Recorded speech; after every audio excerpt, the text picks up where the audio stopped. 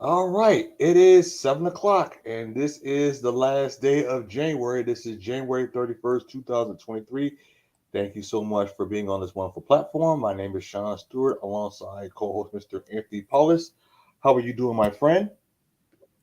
Uh, it's Tuesday. We're living the dream. Um, last day of January. Spring training's around the corner. Um, Golf season is, I guess you can kind of say, here now. Yeah. Um, the soccer transfer window has officially ended. Ah, Um, we're a week away from NBA trade deadline, and we yeah, know who's going to be in the Super Bowl. right. All So there's and the Big And Ten I, sucks in basketball, but other than yeah. that, And I think I heard something while I was looking at the research. I'm hearing that the Denver Broncos hired Sean Payton as their head they coach. well, here's the deal: they've agreed on compensation for the Saints to trade the rights to Sean Payton because he's still under contract with the Saints. The Broncos and Sean Payton just have to agree to financial terms. So he'll be one of the highest paid coaches in the league, and that'll be that. So it's a done deal pretty much. And Basically. D'Amico Ryans is the new head coach of the Houston Texans on a 6-year deal. Whew. Oh boy. Well, hey, he used to play for the Texans. Right. So, I mean, there's a lot of familiarity there. Um, I So don't right think I don't think this will be like a one and done kind of deal like the Lovey Smith man, situation was. that didn't make any sense. Well, I think they knew they were going to suck, which they did, and they just needed that 1 year guy to get through the mess of the Deshaun Watson. You know, I mean, last year when he was put in that position, did anybody really think he was going to succeed and be there long term? Not No way. really.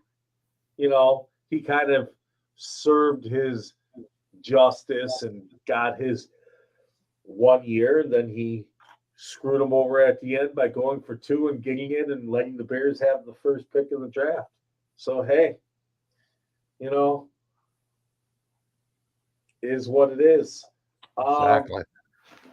so now the question is we finally have gotten ourselves. It looks like the coaching carousel is done, and I don't have to hear about any more Jim Harbaugh rumors. Thank God. Exactly. Man, that gets tiring. Um, So now's the vote. let me say something about, always hearing these Jim Harbaugh rumors. The guy must be a pretty good coach if his name's always coming up every year because I sure as hell don't hear Ryan Day ever getting asked for NFL coaching offers. Must say something. Maybe the whole Urban Meyer experience with teams and everything have kind of proven that maybe the apple doesn't fall from the tree, or you know starting from third base is always nice, right? Anyways, Right. um real quick, let's talk about you know the games that happened over the weekend. Hey, I'm not going to lie to you. I predicted the 49ers to win, but what did I say on what would pretty much determine that game? Whoever ran that ball more likely will win the game. And that's what happened. The Eagles ran that RPO to perfection. And I mean, like that Boston Scott run to the outside for the touchdown where Bosa went inside. And, Jalen Hurts just knows how to run that thing so beautifully. And that system fits him so well. And when you have a dominant offensive line like that and good backs, it makes things tough. especially now that you got Dallas Goddard, whatever you want to say, Right. and A.J. Brown and Devontae Smith. You have two very capable wide receivers and a very capable tight end and a damn good offensive line and solid running backs and a damn good pass defense and a solid run D. I mean, there's a reason why they're the favorites. And right now, I'm going to say the same thing to you as I said about the 49ers. If the Eagles can run the ball, they'll win the Super Bowl. And if they can't, and the Chiefs come up with some magic game plan to stop that RPO, then they should be able to do it because nobody really was able to stop it this season. You know, an interesting stat is the Eagles have led the league this year in amount of time being up in games. So That's an incredible stat. It's about like 67% of the time they are winning in games. So they're not falling behind. They're always ahead. Yeah. You know, so I guess you could say that they're a team of front runners. Right. You know, now if the Chiefs jump out to like a 14-0 lead in the Super Bowl, do the Eagles start abandoning that run and try to be pass happy? And would it affect them? That's a good question because, you know, I don't have the answer to that, but I think the team, you know, the Chiefs are going to try to throw the ball, and the Eagles, I think, defensively are a very good pass defense team, which is a detriment to the Eagles. And I mean, the Chiefs can throw the ball, but the Chiefs can't really stop the run as much, I feel. And that's going to be a trouble for them. Exactly.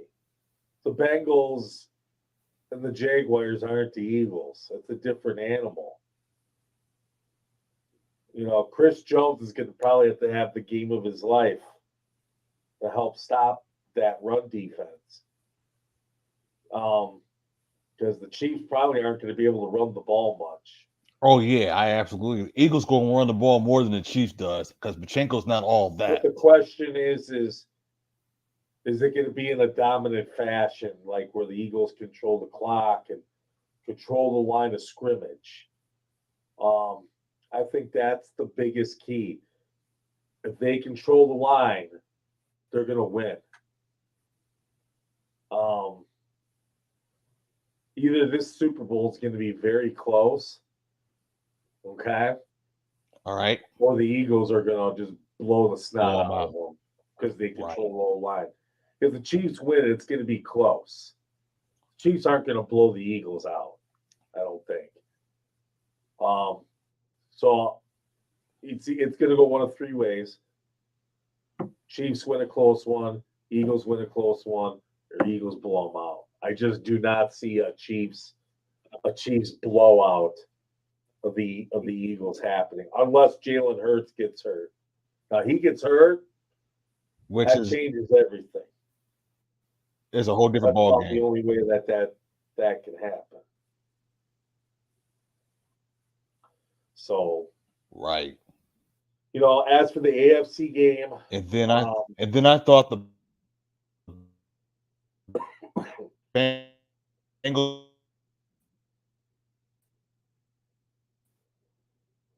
might be having some technical difficulty. Sean, you there?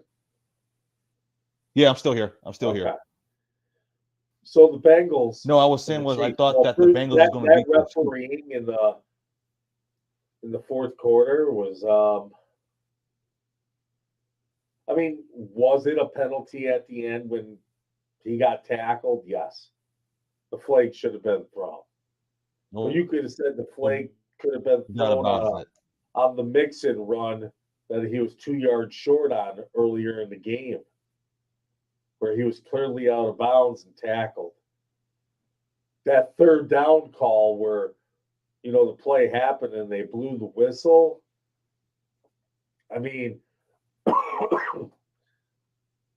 it was not a good job by the refs in that game.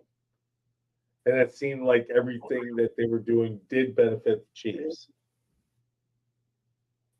But that last play on the Mahomes run, that was a penalty, man. Got to ease up. You got to ease up.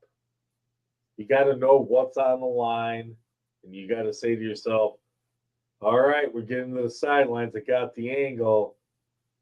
I got to be smart and not push them and give them the 15.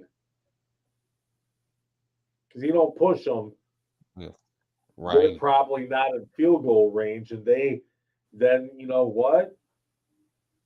The Chiefs got to get at least another 5 to 7 yards to get in the field goal range, because they weren't in field goal range before that penalty.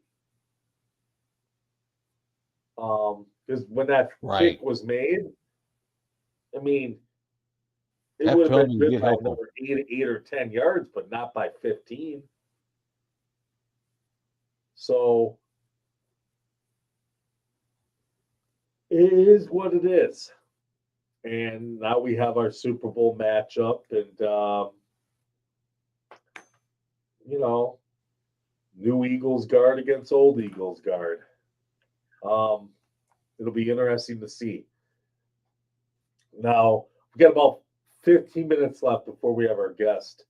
So I want to touch real quickly on boxing.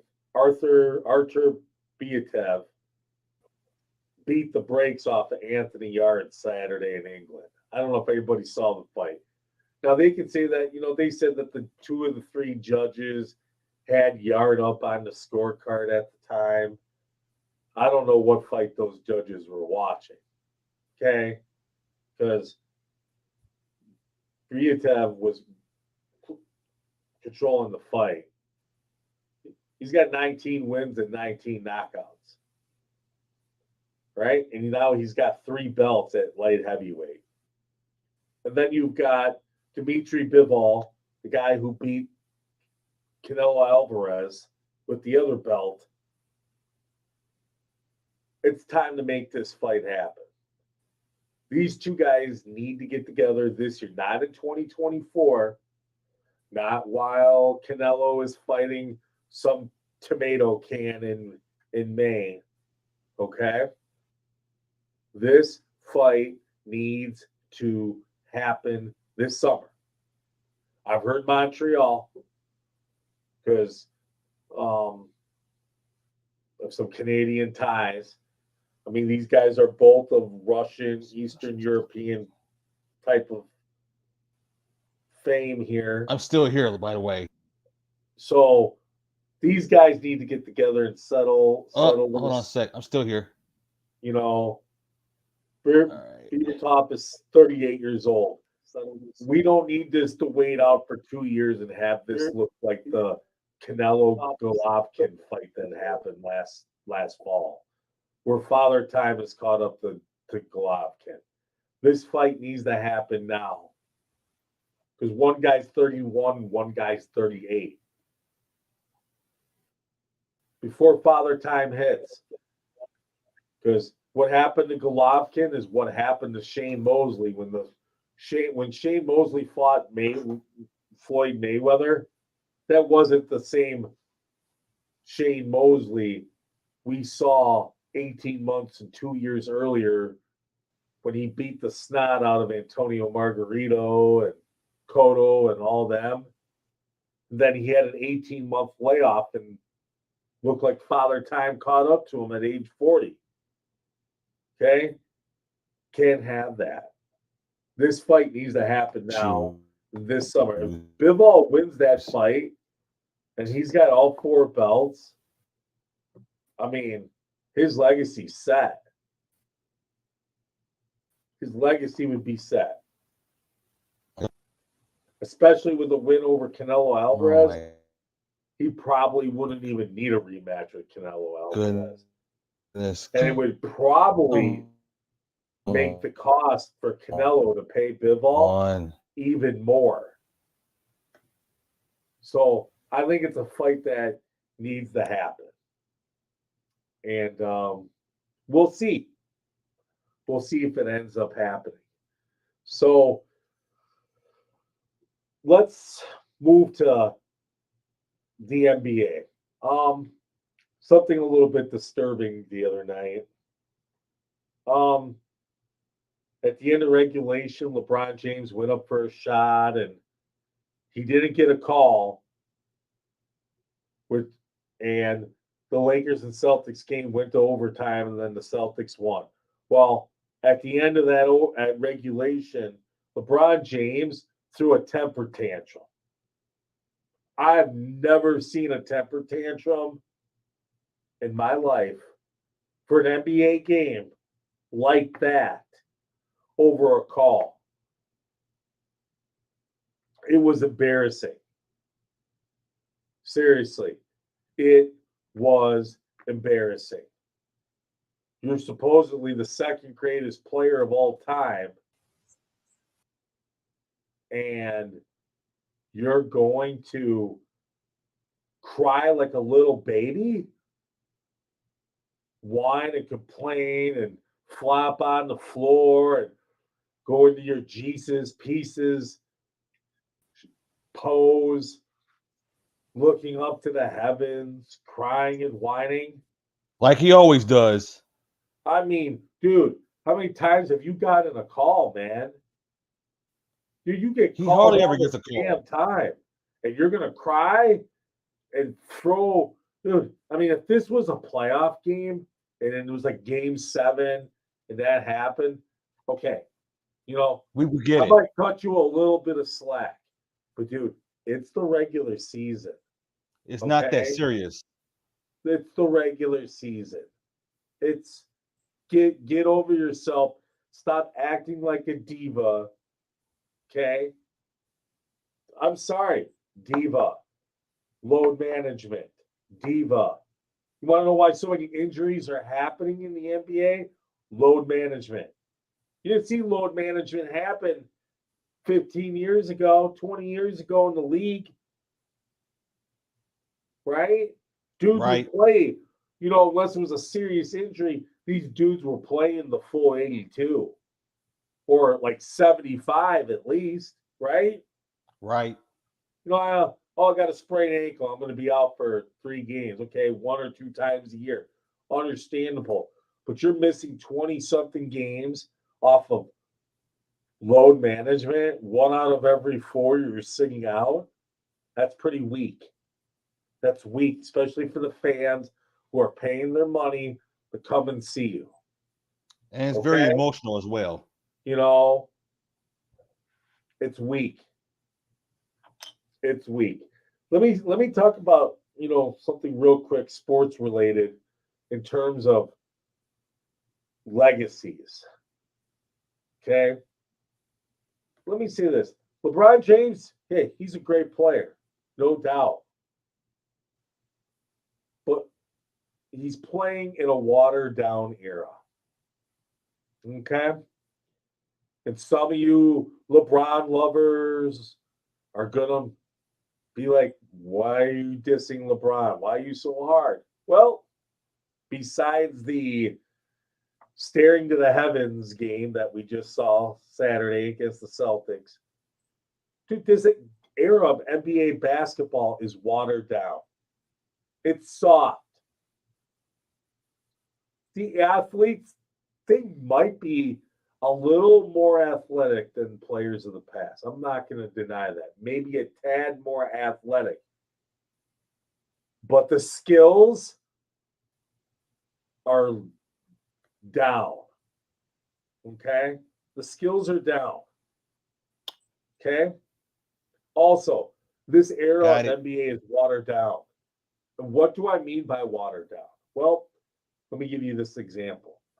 Okay? Please do. There are 30 teams in the NBA right now. Okay? Those 30 teams have 12 players on each team. 30 times 12 is 360 players. Now, Let's go back to 1967. No, 1962. I was going to say 1967. 1961, 1962. Let's go to that. Okay. Okay.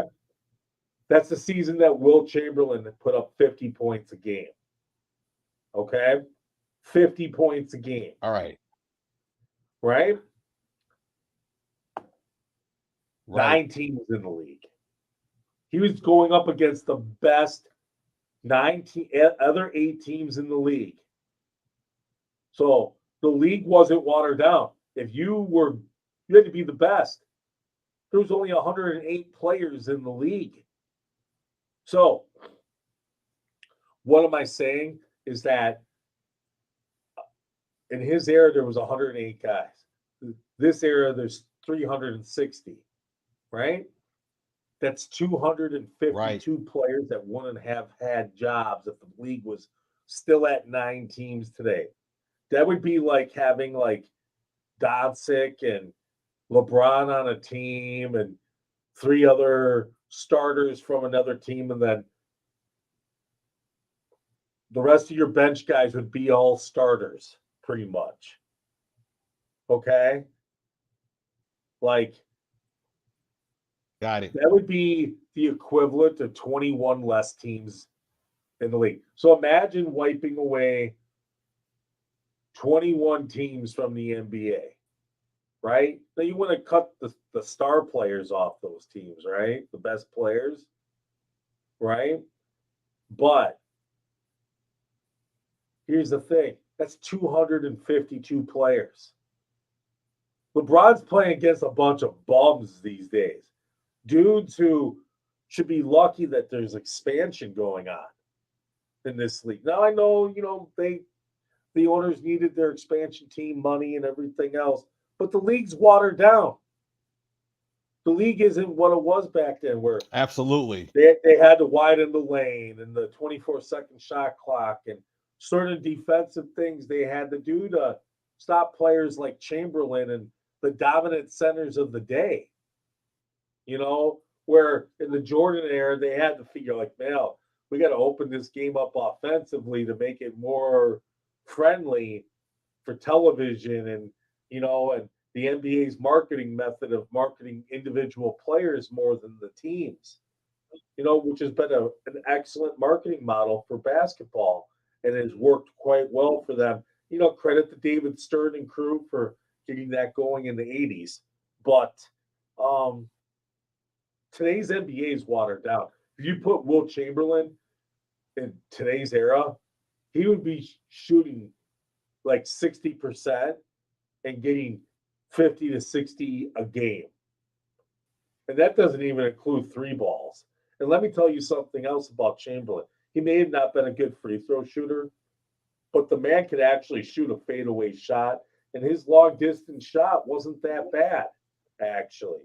And he's a lot better than Shaq's. That much I can say. And the man was a hell of a lot stronger than Shaq or Embiid or any of these powerful physical centers. Right. Point I'm saying is today's NBA, at least Shaq could try to make his watered down. It's watered down, and the quality isn't what it's there.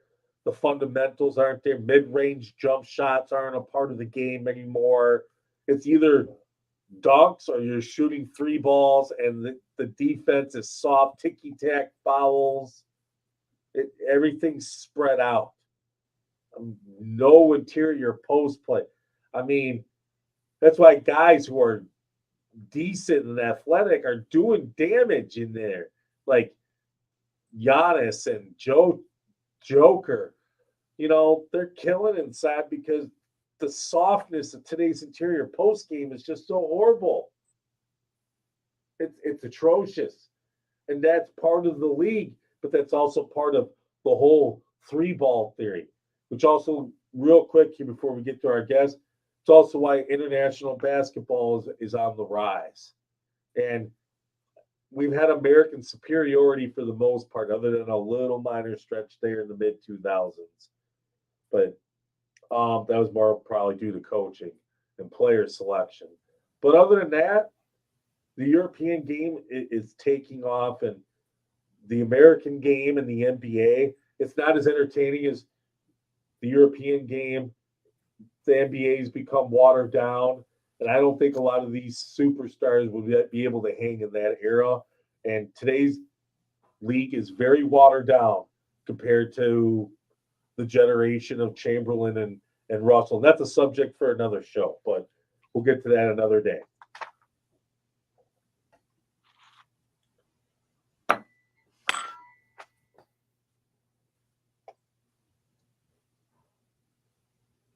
Oh, so anyways. Hey, Chris, can you hear me?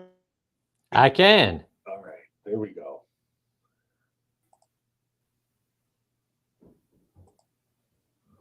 Are we having any technical difficulty?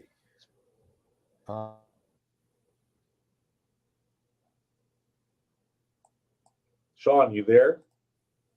Okay. Chris, are you there? I am, Anthony. Okay, I can run this till Sean gets back here. So let's bring on our guest here. Let me just make sure I got this right. Chris Mascaro. Am I pronouncing that right? Mascaro, yeah. Okay, yep. From why don't you go ahead and tell us a little bit about your website? I was on there today. It's a very nice website. A little bit about your sports background here with golf and the Boston Red Sox and then we can get into golf dynamics, and I might even have a Red Sox question or two for you. Okay. Well, Anthony, I'm originally from Pittsburgh, Pennsylvania. Huge Steelers fan, as you can imagine. Grew up a huge Pirates fan in the 70s. I grew up in the time when things were good in Pittsburgh sports all the way around. But did also, you mentioned Boston. I spent some time in the 80s in Boston. And as you can imagine, once you start going to Fenway Park, it starts to get in you. So I was there in the mid 80s and became a huge Red Sox fan as well. From a golf perspective, started playing golf at the age of 12. I'm much north of 12 now, but been playing for 40 plus years. Huge golf fan. Grew up in what I consider to be the golden age of golf of Nicklaus and Trevino and Palmer and Gary Player and Tom Watson and the guys from that era. So huge sports fan. I loved what you guys were talking about from an NBA perspective. Was in Boston for the big Celtic Laker years and Bird and Magic and all of that. So huge sports fan all the way around. Yeah, speaking about Boston, I mean, even back into the 60s when I was talking a little bit about watered down basketball, in the early 60s, the Celtics had 7-8 guys in the Hall of Fame on one team. They had a starting 5 in the Hall of Fame and then 3 additional players on that bench, that eventually made the Hall. So it's just kind of, today's game is very watered down in terms of the talent. And I don't think a lot of people remember that when they compare players and eras and, they're not facing the talent. You take away 250 guys and you have a really compact league. That's like taking two starting 5s and putting them on the same team and then figuring out who your best 5 is, Right. So I really think that the NBA game is really suffering right now. That was kind of what we were getting into and talking about, how the product is watered down compared to where it was 20 years ago, but the offensive rules were kind of changing already at that point. Yep. But anyways, let's talk a little bit of golf here because we just had the first LIV tournament, correct? I'm finally here. Over the weekend. Not yet. LIV tournament starts in a couple of weeks, up, right? Yeah. I mean, so okay. Their tournaments aren't going to start for a couple of more weeks. I think we're about 3 weeks out from when LIV will start teeing it up. We've got the PGA Tour obviously well underway. Wraparound season, not as exciting, in the November, December timeframe, but really starting to heat up now. The big talk, obviously, this past weekend was of the DP World Tour, the old European PGA Tour with Rory and Patrick Reed kind of going back and forth. A little controversy between the two of them, and then we had a rules kind of issue with Patrick Reed, which isn't news. We have those all the time, and it really came down between the two of them. I was really hoping. I mean, I was glad to see Rory birdie the 18th hole and win the golf tournament, but a little piece of me was hoping that putt wasn't going to go in and we'd have a playoff between he and Patrick Reed. That would have been exciting for the game. It wasn't going to be a Shooter McGavin, Happy Gilmore, Bob Barker That's kind of a moment, right? 100%. So let's talk about the LIV though, real quick. Sure. Why make the TV deal with the CW? Well, and do you think it's going to have a profound effect and gain some viewers? Or because I'll be honest with you, this might be the first time I'm ever going to watch the CW. I don't know about the rest of the general public. Because they used to do SmackDown. Well, like I said, other than SmackDown, like people watch the CW. I mean, I think they might have had the Gilmore Girls on, and I'm not going to watch the Gilmore Girls or Supernatural. Sean, you watch way too much CW. Hey. So real quick, let's talk about the CW. What kind of effect do you think it'll have? And then I'll get into the whole Masters talk a little bit after this, because there was some Masters news this week also, right, pertaining to LIV players. So do I think that more people will watch because it's on the CW? Yeah, I do. I mean, the CW, and I've heard a lot of different figures, 200 million homes, whatever it is, have access to the CW. So will more people watch because it is on TV and people can find it? Yeah, I think they will. I mean, look, if you go out to the YouTube channel for LIV, and they've got, a little over 2 million subscribers, but at any one time, how many people are watching a LIV golf tournament out on YouTube? I think the peak was maybe around 60,000, somewhere in that vicinity. Now, all of a sudden, it is a channel that I can select in most markets to watch.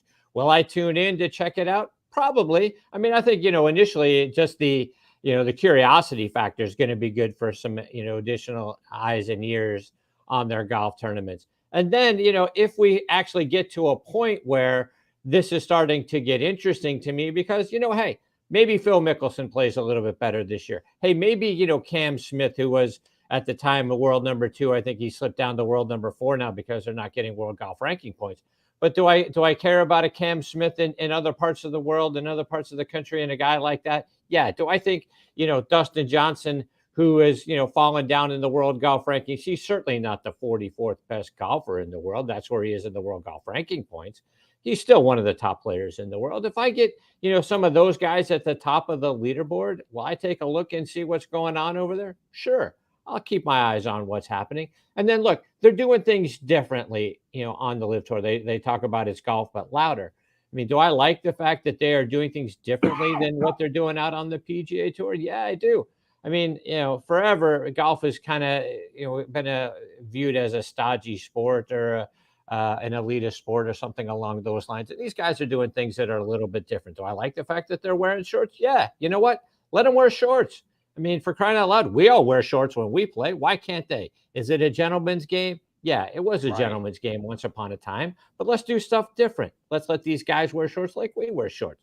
Do they play music out on the golf course? Yeah. Is that fantastic? An old traditionalist like me? Not so much. But for the younger generation, maybe they like that sort of thing. Are they doing things different from a team perspective? And look, that's where it's all at for LIV. If they're going to be making money and turning a profit down the line, it's really on the idea that they're selling these teams as franchises. So, hey, do I want to have a shirt for the 4 aces?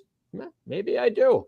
And the idea that, guys are coming and going, can earn their way into the LIV, because again, it's only a 48-man field, guys going up and down, sort of like a minor league system, and trading players back and forth, which they're going to bring, so it's interesting. It's different. I like what they're doing. And I'm curious enough to tune in every once in a while. Will I tune in if they're playing, opposite, a big tournament that I may be interested on the PGA Tour, like a Players Championship or Bay Hill or the Memorial? Obviously, they're not probably going to go up against the Masters and the U.S. Open and the majors. Right. But, hey, will I tune in on an off week? If they're playing the John Deere Open, might I tune into what's going on over on LIV? Yeah, I probably will. Let me ask you this question. Do you think the LIV will eventually try to throw some massive tournament to just be the richest craziest tournament ever. You know, me and Sean talked about this, about what would be like the craziest tournament you could think of that would just blow away, like the PGA, the Masters, a US Open, or a British. And what we kind of came up with was something where the most money ever by like 2 or 3 times the amount, because I mean, if you own 70 or 80 Porsches, you know, you should be able to afford, right? And a numerous amount of soccer teams, right? Exactly. So what we came up with was a 6-round tournament Wow. at 2 different golf courses. You play your 3 rounds at some really tough golf course, and then play the next 3 rounds like 2 weeks later, right? But have it still be part of the same tournament, all within the 6 rounds on another super tough course, but something completely different, right? So for instance, like you would do like, you know, let's say like let's say Black Wolf Run in you know, or Erin Hills, you know, give it an American English style kind of a feel, and then go to like to a course like Pebble Beach, and then do the 3 rounds there. I mean, could you imagine just the different dynamics of doing a golf tournament like that? 6 rounds, two totally different styles of golf, 2 weather conditions, 2 totally different styles, 6 rounds, play it out. The money would be massive for 2 weekends. Just blow the money out the door. I mean, just stupid, ridiculous money.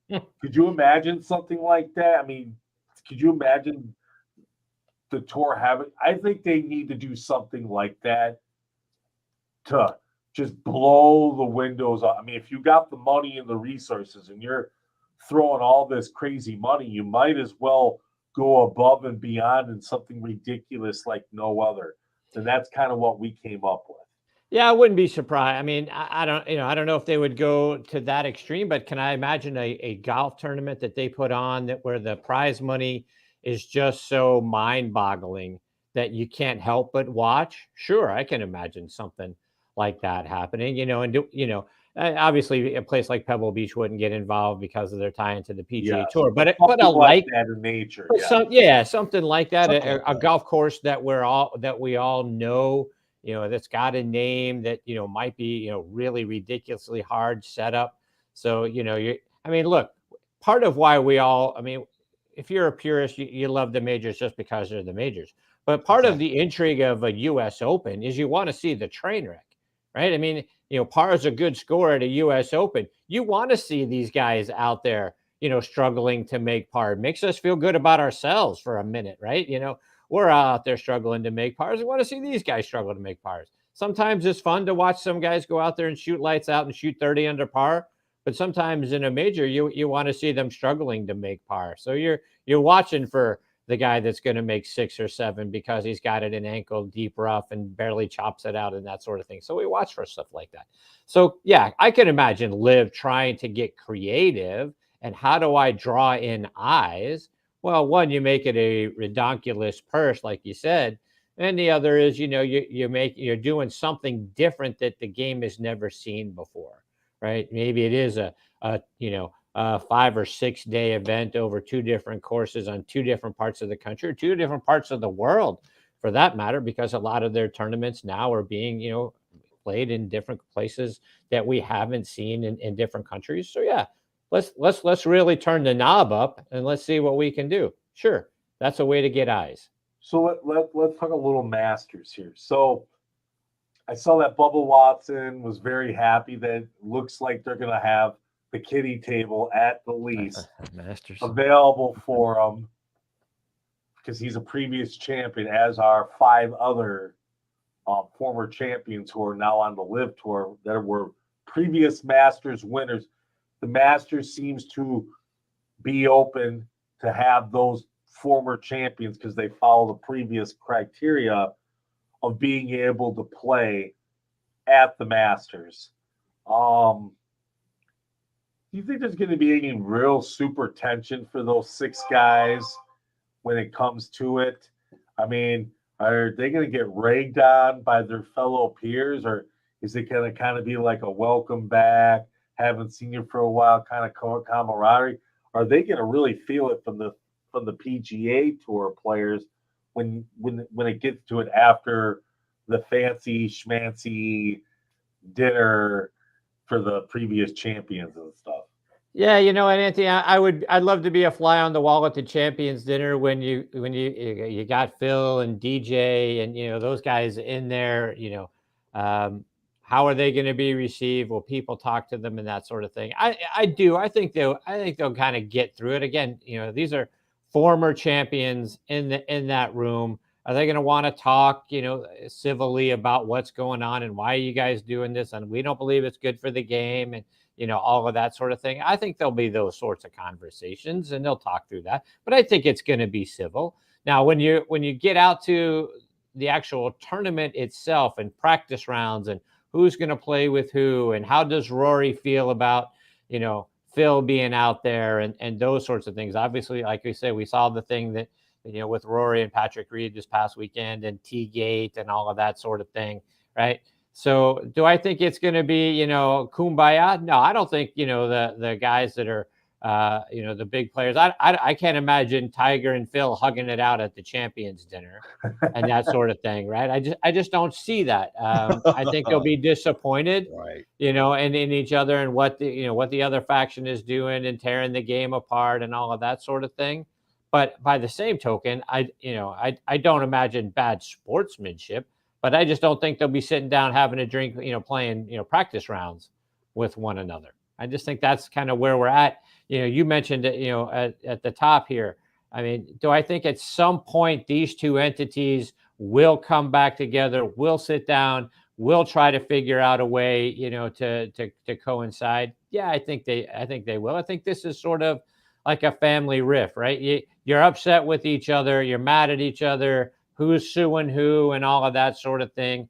You got those. It's an emotional thing. I think once the emotions have tied down, and eventually here, I would assume in the next few months, we'll get past the I'm suing you, you're suing me kind of deal, and we'll move on. But I think eventually, for the good of the game, these two entities will sit down and figure out a path so that they can peacefully coexist. I mean, at the end of the day, right? Those of us that are golf fans, we want to see the best golfers playing in the best tournaments and all of that sort of thing. And that's where we're losing stuff.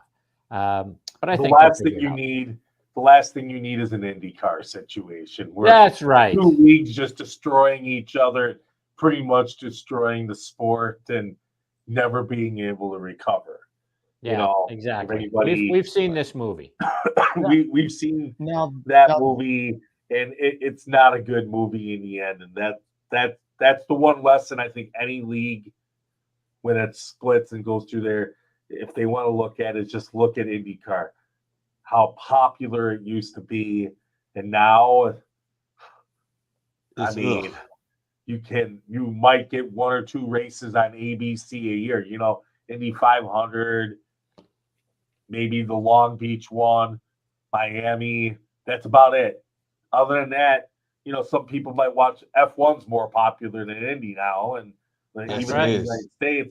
But NASCAR came in and took over the whole racing thing, and Indy is pretty much a shell of its former self, other than Memorial Day weekend. And that's the last thing that we need to happen in golf. Would be these 2 leagues somehow ripping it apart and ruining the game. So hopefully you're totally correct. Once we get past the lawsuits and figuring out the financials and certain players wanting more compensation and the PGA probably having to step up in some aspect, in which hopefully can get figured out and everybody comes together. Right. Let's get to some more player-centric questions now, and a little bit away from all the lawsuits and non-golf entity things. What's happening on the course? Is there a rising player right now coming into this into the next couple weeks here as we're kind of getting ready. Maybe some risers we want to start thinking about, maybe guys that have won a tournament or two recently, something like that, or their game has just stepped up coming into the season here. For sure. Look, one of the players that I can't wait to watch more of this year is Tom Kim.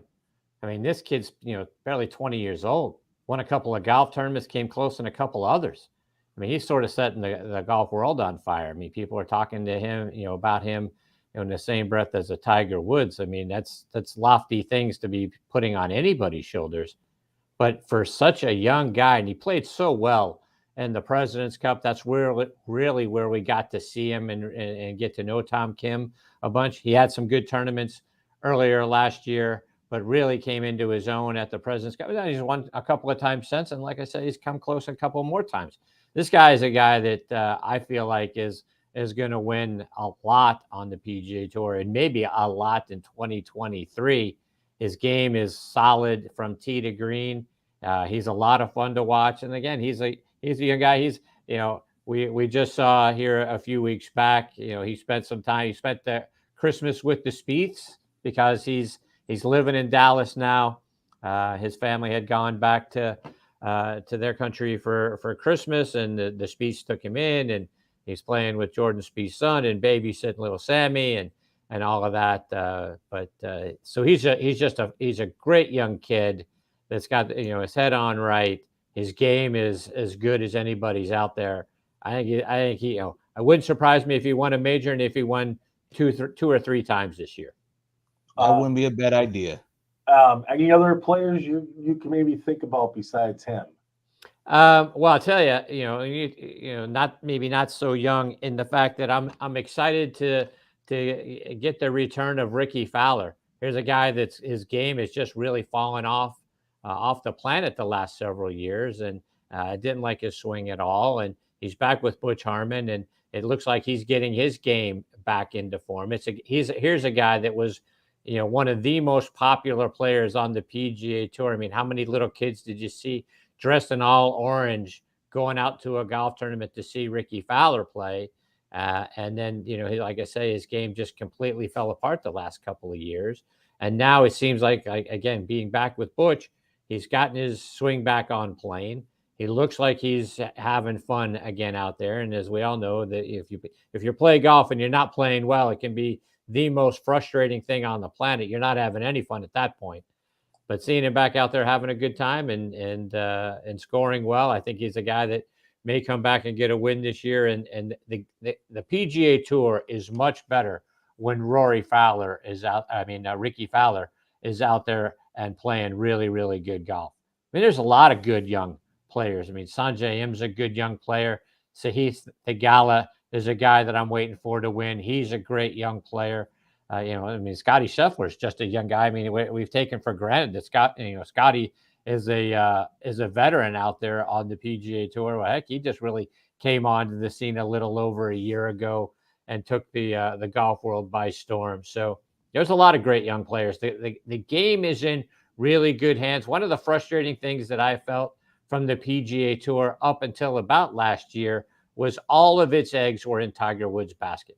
That's all they want to talk about. Tiger this, Tiger that, Tiger the other thing. The poor guy can't turn around without, being pulled back into the focal point of the game. And just, through the course of injury and all the things that he's been through, he may never win another golf tournament again or be a factor in any other golf tournaments again. And, the PGA Tour seemed to not know what to do without Tiger Woods. What do we do if Tiger doesn't, play well? What if we do if Tiger quits or whatever? I think the game is in good hands with a lot of really good, exciting young players. And if Tiger Woods comes back or is just a part of the game, we know he's getting into the technology side with Rory and doing some things. Adam Scott just joined that group as well. So they're going to do some nice, innovative things with the game of golf to bring more people to it. That's fantastic. I mean, if he ever plays again, it's just icing on the cake. I think we got a lot of good young talent. Now, how about there's a golfer named Carl Young? Because when I'm reading this, he actually finished in the top 10 in nearly a fourth of his professional starts. Yeah, he's a good young player too. I mean, look, there's a bunch of them that are out there that are, and again, when you get into the wraparound season, not a lot of the big names play in the kind of September through December timeframe. So it's really a time for a lot of the guys to make some hay in the FedEx Cup. There's a lot of really good young talent out there. That's why it's hard today, to get into and stay a part of the PGA Tour, stay within the top 125 because it is so deep, and we're bringing new young players to the sport all of the time. College golf is way more competitive than it's ever been. We got so many good players to put in the mix with the veterans that we're used to seeing all the time. The John Rahms and Hideki Matsuyamas and guys of that nature, Xander Schauffele, guys we're used to seeing, Justin Thomas, Justin Rose, guys at the top of the leaderboard. We're used to seeing those guys week in and week out. But now you start to get in the youth infusion. And look, let's not forget, I mean, guys like Colin Morikawa are barely in their mid-20s. These guys are young and good and prepared to win right when they come out onto the PGA Tour. That's why the tour is in such good hands. I mean, we got, a ton of talent that's way less than 30 to mix in with the guys that like Rory that are just into their early 30s. I mean, these guys aren't even into their late 30s yet. So let me ask you about Will Zalatoris. He had a Willie back Z. injury. Yeah. How do you think he's going to fare coming off of that? I mean, it's been a couple months removed. Where do you see him progressing from that? I mean, he's kind of played a couple tournaments, so far. Just kind of working out the kinks here. Yeah. I mean, do you think he's going to be able to get back in that motion from an injury like that? I do. I just think it's going to take time. I mean, all of us that have had injuries, particularly anything to do with, your back and hips, it takes a little while to kind of work the kinks back out. He's had to make a slight swing adjustment to try to take some of the pressure off of that back. So, to kind of work that swing change, even if it's a minor thing, to where you're comfortable with it. And more importantly, that you trust it, right? To kind of let it go when you're standing up to the tee. I mean, these guys are driving it 320, 330, 340. Willie Z's a big hitter, really high ball hitter. So to trust what that you're not going to throw it back out or re-injure it takes a little time, and it takes repetition and that sort of thing. I think Willie's young enough that he'll be fine. I love his game. I think he's a tremendous player. He's been on the cusp of winning several majors. I think he'll find his way back there. It may just take a little while.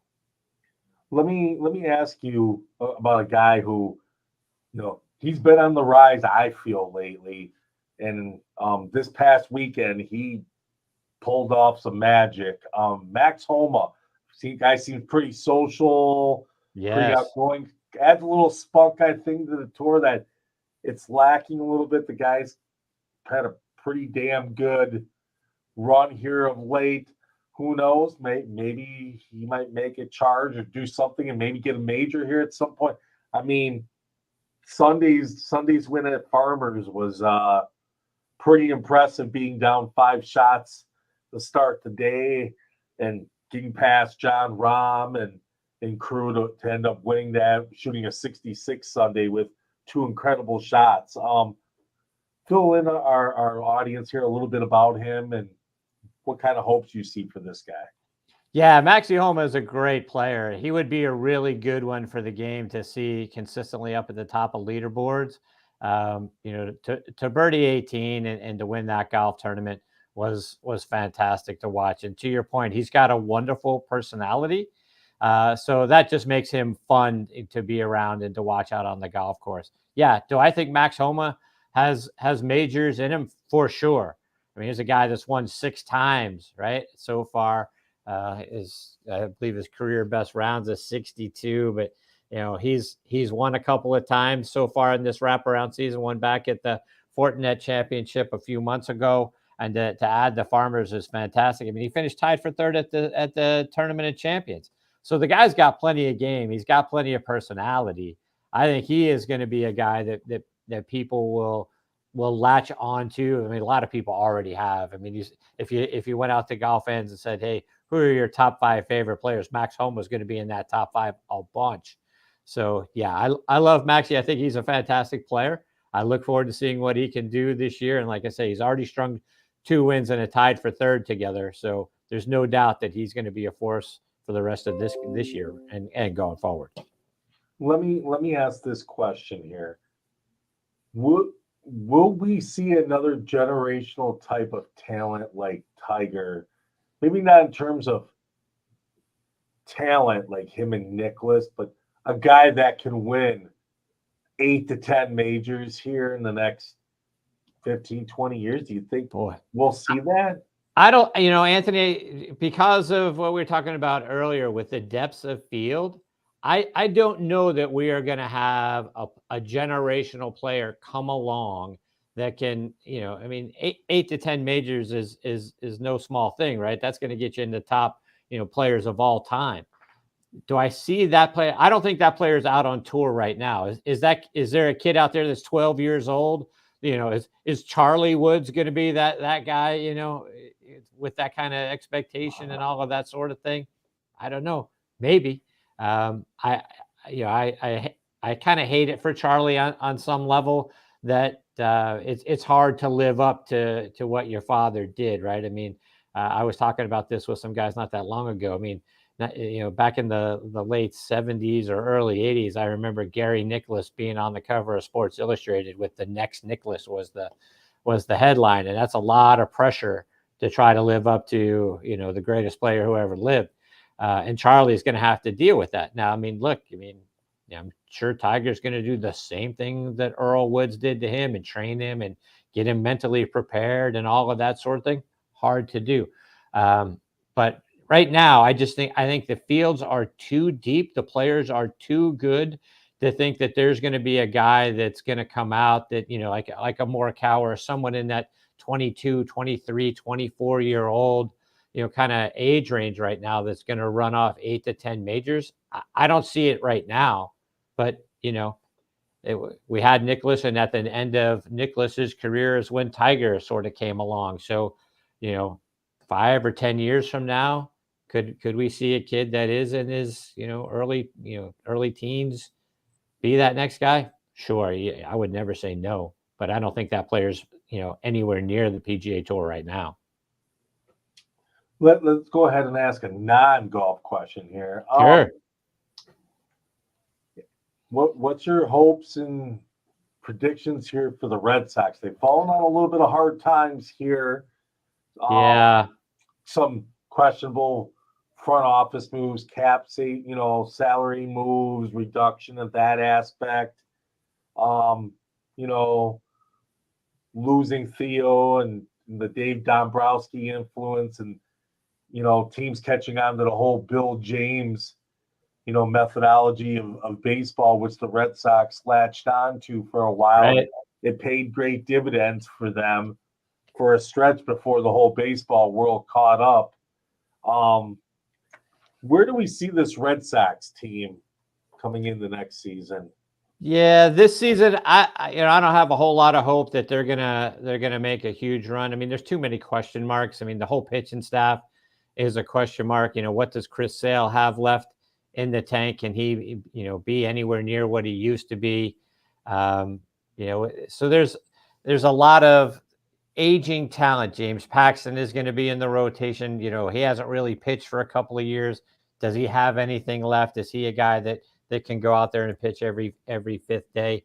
I don't know. Rafael Bayo, I'm really, really intrigued about this kid. He spent some time with Pedro over the offseason.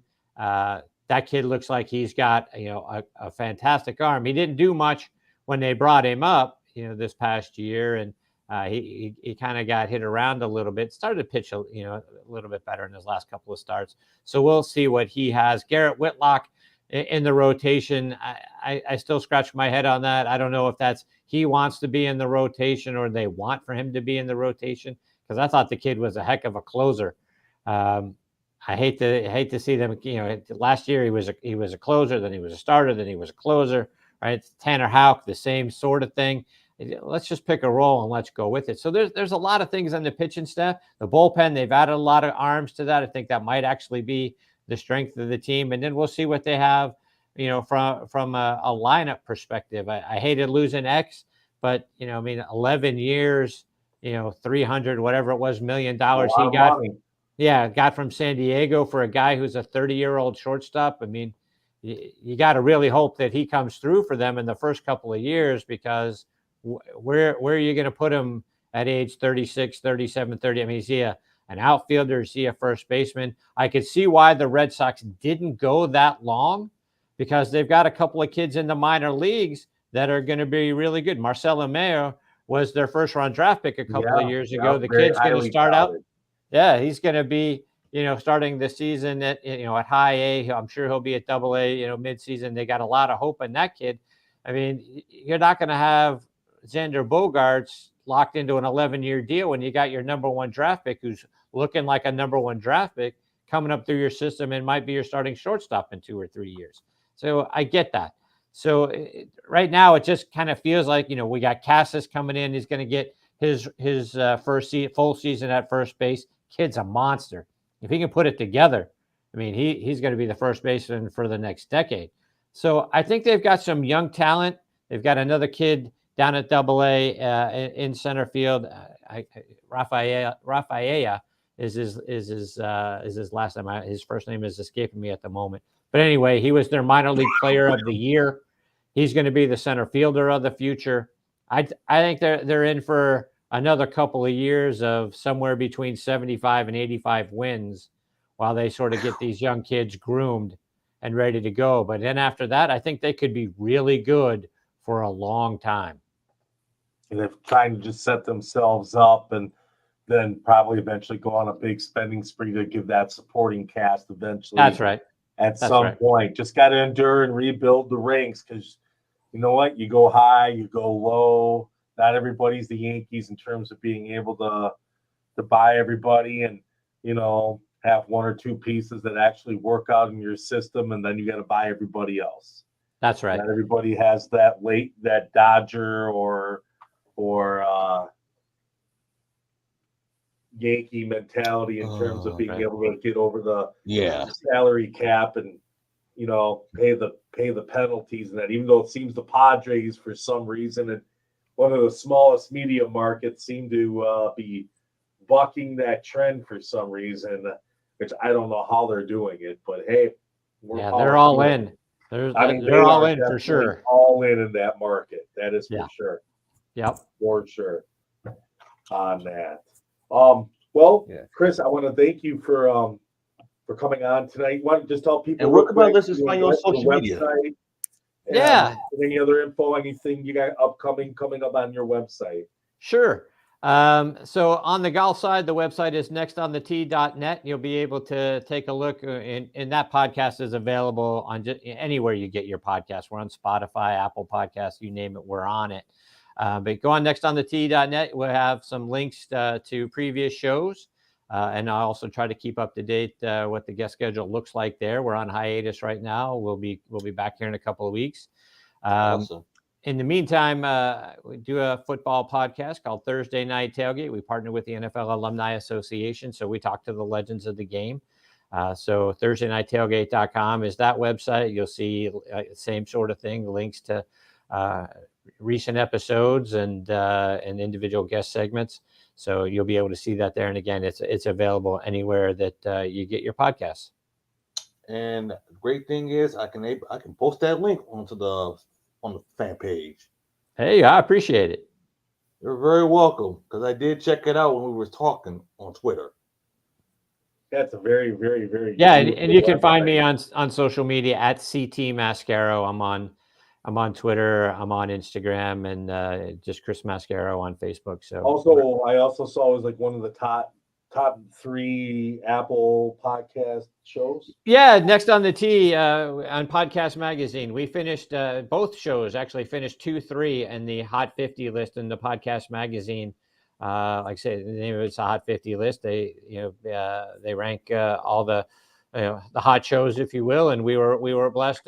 Next on the Tee was 2. Thursday Night Tailgate was 3. So we were blessed from our listeners to be ranked that way. Thank you. It was S&P might get there someday. We're still working on it. Right. It takes time. So We are definitely getting there with that. But Chris, thank you for coming on tonight. Very insightful. I'm sure we'll have you back for another guest spot here, and we can talk more golf. Maybe closer to the Masters, hopefully. There you go. Depending upon your time frame, let's try to get you back on around then, and we can talk majors and everything else.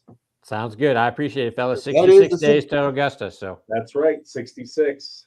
It's going to be here. And that is the Super Bowl of golf. That's right. Thank you, fellas. I appreciate your time. You're very welcome, John. Thank you. Thank you. You're very welcome. We'll talk to you during the Masters. Thanks, fellas. Thank you. You're welcome. All right, that was Chris Mascaro on the show. So I had a little itty bitty connection, but now everything's all back to normal now. So. And everybody just remember that this Thursday, you will not be here. This will be Sean. Sean will be on. I'll be running the show. I'll be out, but then I'll be back the following week. And we should be back on a normal schedule through April, till right around the draft. I'll be at a Tigers Brewers game, doing some coverage and some other stuff that night. So Sean will be running the mothership here on his own, and then we'll be doing an early show for the draft that night. We'll get to that. Yes. A special earlier show that day on draft night. It'll be at 6 o'clock.